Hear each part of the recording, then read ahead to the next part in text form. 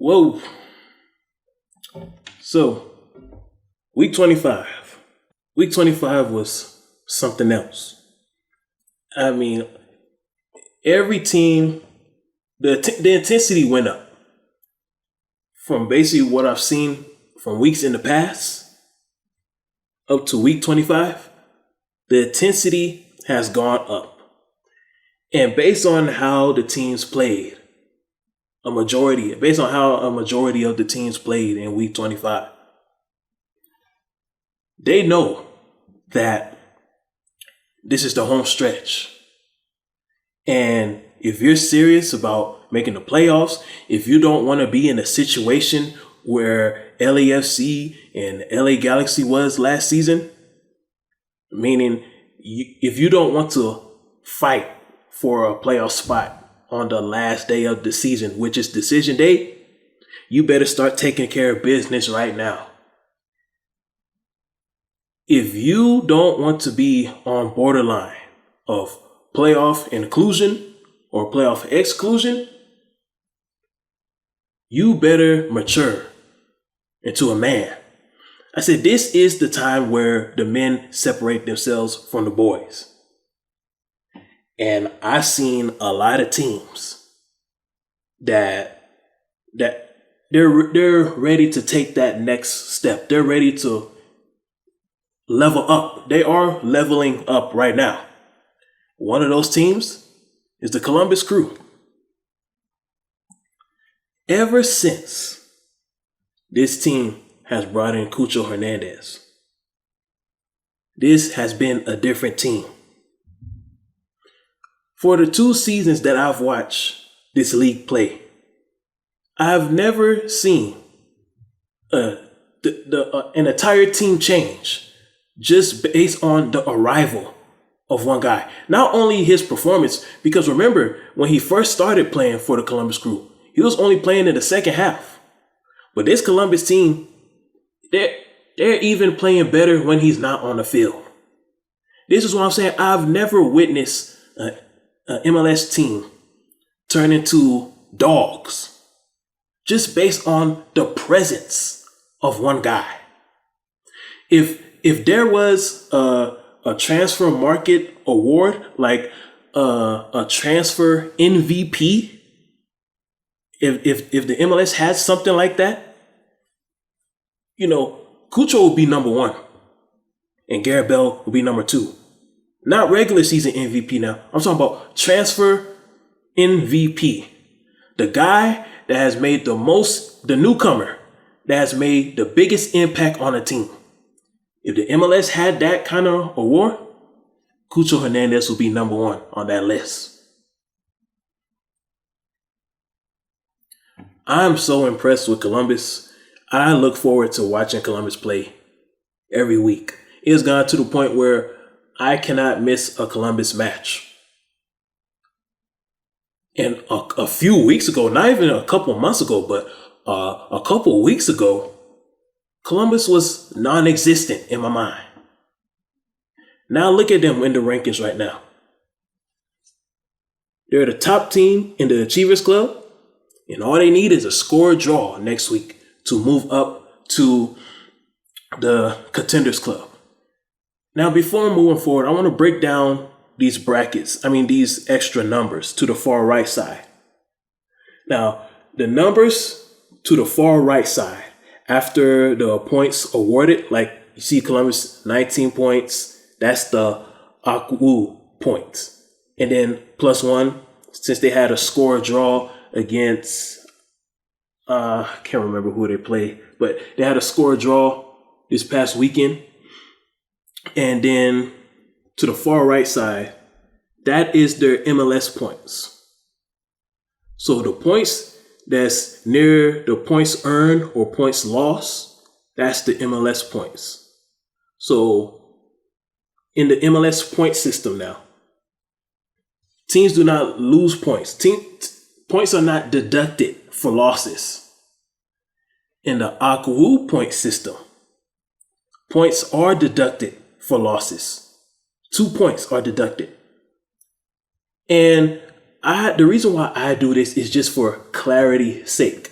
Because when you see a lot of these teams in the 30s and you see a lot of these teams in the 40s, you would think that these teams are elite.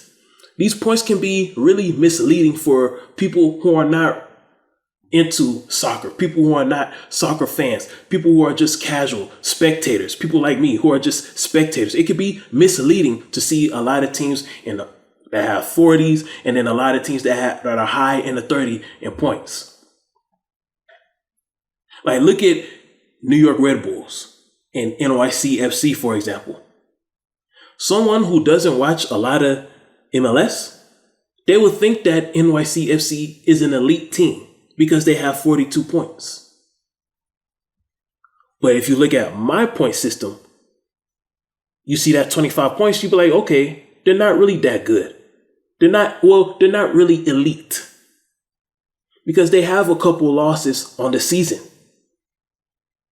The same with the New York Red Bulls.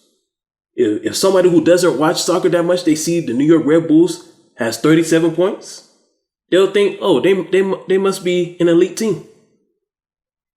But then you look at my point system, you realize, okay, they're good, but they're not elite. The same with NYCFC. NYCFC is good, but they're not elite. At one point, NYCFC was on the verge of being elite. Honestly, NYCFC has not been elite all season long.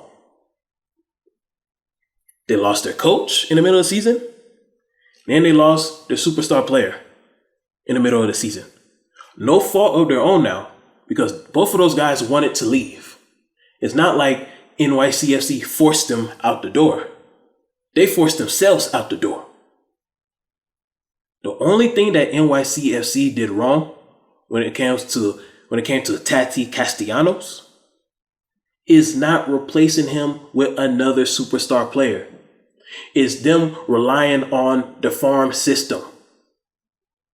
Listen, NYCFC, when you're in the middle of defending your title, when you're in the middle of a Campeones Cup and potentially another MLS Cup title, you don't have time to be relying on some farm system unless there's without a shadow of doubt that you have a bona fide superstar scorer ready to replace a superstar scorer that's going to Europe. And that wasn't the case for you, NYCFC. Listen, NYCFC, you have to view yourself differently. You have to view yourself the same way LAFC views itself. LAFC views itself as the face of the MLS. Even though they're not the face of the MLS, they view themselves as the face of the MLS. And the reason why I say they're not the face of the MLS is because just because you bring in superstars doesn't automatically make you the face of the MLS. You got to win championships with those superstars. If the Golden State Warriors didn't win championship with their superstars, they wouldn't be the face of the NBA. You win championships with superstars, then you become the face of the MLS. So NYCFC, you got to view yourself as LAFC. You're in a big city, New York, capital. You got to view yourself bigger than just a regular old team. Anyhow, so let me break down these clubs now. So, elite club, LAFC still at the top. Austin leapfrog Philly because Austin had to come from behind to beat Kansas City this past weekend. And they won the game in 90 minutes of stoppage time. That's why they got the 2 bonus points. Because in the AkWu point system, there's also bonus points. You get 1 bonus point for forcing a tie within 90 minutes stoppage time, or you get 2 bonus points for winning the game in 90 minutes of stoppage time. That's why Austin is on top of Philly. I do not believe that Austin is better than Philly. It's just based on the points. The bonus points is what got them over Philly. I still believe that Philly is better than Austin. And speaking of you, Austin, it looks like you are trying to keep up with LAFC in order to get this supporter shield. And with that, Austin, I'm saying you got to be careful. You don't have the same amount of debt as LAFC has. In LAFC's game this weekend, they basically played their backups. Most of the guys that was in that match, those are their backups. And they still scored 5 goals against the opponent. Austin, you don't have that kind of depth to do that. LAFC can do that because they are loaded with stars. LAFC can win games with their C team. They can win. We already know they can win games with their A and B team. But they can win games with their C team. They can mix the C team with the B team up and just throw them out there and they'll put on a show. Austin, you can't do that. So if you waste your energy trying to get a supporter shield over LAFC, you might get swept in the first round of the playoffs. Nobody's catching up to LAFC when it comes to the supporter shield because they're loaded. So if I'm you, Austin, what I would do, I would let them have it. See, Austin, that game against Kansas City, it's good that you came from behind to win. It's good for the fans. When that type of game against an opponent that's not going to make the playoffs this year, I would have just let them have it.